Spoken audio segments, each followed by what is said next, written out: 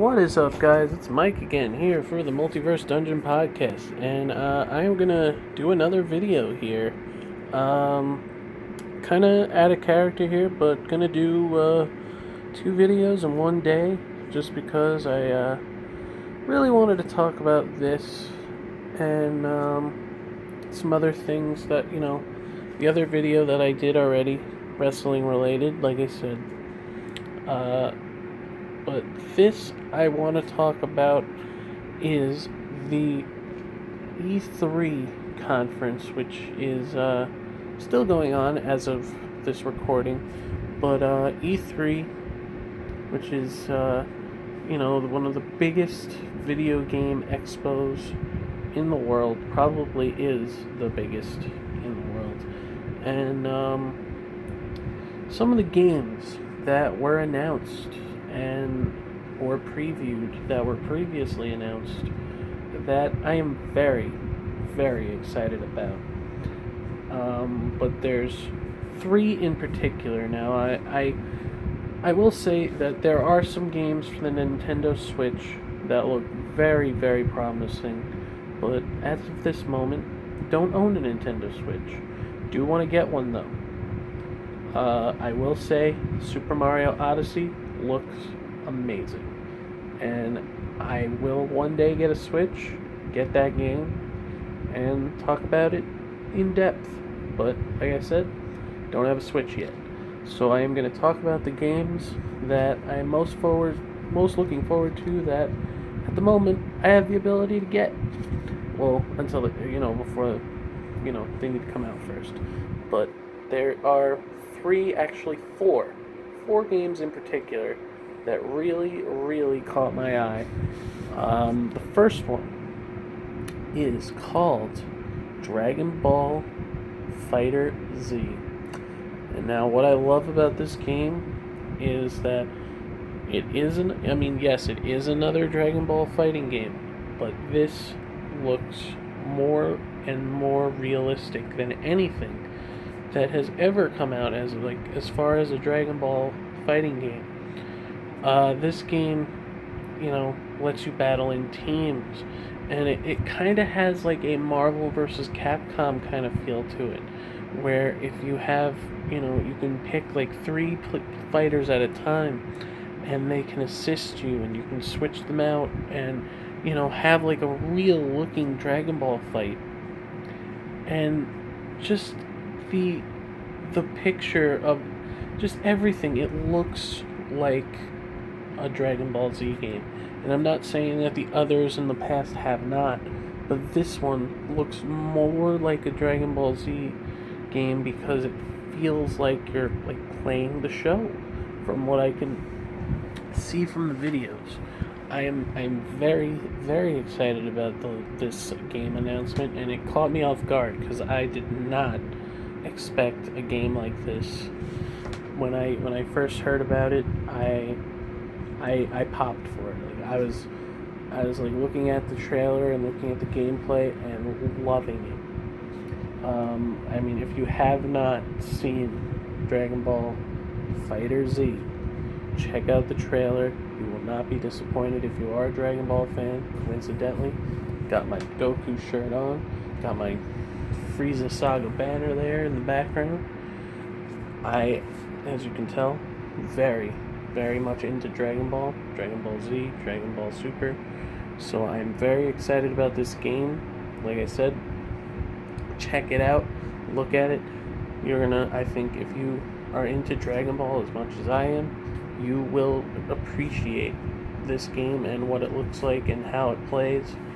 And I can't wait for it to come out, because like I said, need a Dragon Ball. This is the Dragon Ball game that we deserve, and I'm saying that now. This is the Dragon Ball game that we deserve as fans. So moving on from that, another game that looks super, super intriguing to me is called Sonic Mania. And me growing up having a Sega Genesis, playing Sonic 1, 2, and 3, this game really brings you back to that feel of a Sonic game. It looks exactly like the old Sonic games, but it's not the old Sonic games. It has the feel of the old Sonic games, but it is a new game completely. It has like tie-ins to the old games, and it even has like callbacks to the old games. From what I've seen, like I've seen demos and all that from E3. There's even like a fight, like the very first boss fight is like a callback to the last boss fight from number 2. Just everything about this game brings back the nostalgia of playing Sonic on Sega Genesis, like those old Sonic games. And from what I've seen from it so far, just from like the little thing, there's new features, there's new levels that, like I said, there's stuff that are callbacks to the old games, the original Genesis games, and that was my high point for Sonic. Like I played some of the newer stuff, like that was later on PlayStation, and there hasn't been a lot of Sonic games in a long time that have really like felt like a Sonic game. I played Sonic Heroes. That game was fun to me. I liked like the team aspect of that game. I tried to play that Sonic Werewolf game. Thought that was very dumb. I can't off the top of my head, can't even remember the name of it. But yeah, that just did not feel like a Sonic game to me. I love the fact that this game feels exactly like the old ones, but it is not. It is completely new. It's like nostalgia 101 as far as I'm concerned. It is the heyday of Sonic 1, 2, and 3. But like I said, there's a whole mess of new things to do in the game. The demos that I've seen have sold me. I want it now. And I'm very excited about it. So moving on from that, another game that apparently was announced last year, but I didn't really hear too much about it because it was like really early stages. But we got to see a full demo of it from E3 this year. It's called Detroit Become Human. Now this game is it's kind of like a I don't want to say apocalyptic. It's a futuristic world where robots and androids live amongst the people, and they are revolting. But not revolting like bad, like the robots are actually the good guys. And there's all kinds of like just great things going on in this game. It's very, very futuristic, very story driven. And from what I've seen from the game, I mean, you can play as 3 different characters. I think I remember seeing that in one of the interviews. You play as 3 different characters and to drive the story along, and it's all decision based. And I love games like that where the story is affected differently based on like decisions. I saw like a demo where there's like a hostage situation and you really have to talk down this kidnapper who is an android, but not all the androids are good, not all the androids are bad, but it's very, from what I've seen, looks very nerve-wracking of like a game to get the hang of, and just suspenseful and all kinds of different things that can happen in this game. The trailer was very well put together. It seemed like a movie trailer to me. So I'm very, very excited to see this game, play this game when it comes out, and I recommend you check it out. Check out the trailer. Check out the E3 demos. It's called Detroit Become Human. I recommend, if you enjoy like those games that are like story driven but also decision based, I recommend you check it out, and hopefully you feel as strongly about it as I do, because I think this game is going to be very good. And yeah, so moving on from that, the game that I heard about this game last year. Again, it was one of those games that there wasn't a lot up to show yet, but it was announced. And from what I saw this year at E3, I am so excited. It's the new Spider-Man game, and this game is being made by Insomniac.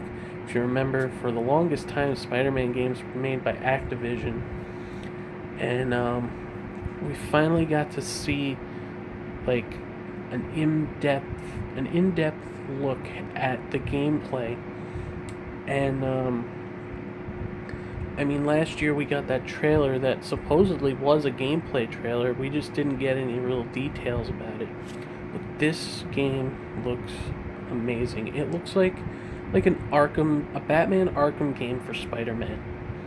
The fighting mechanics, the situations that are going on, so many different things, and it looks like just an amazing new Spider-Man game.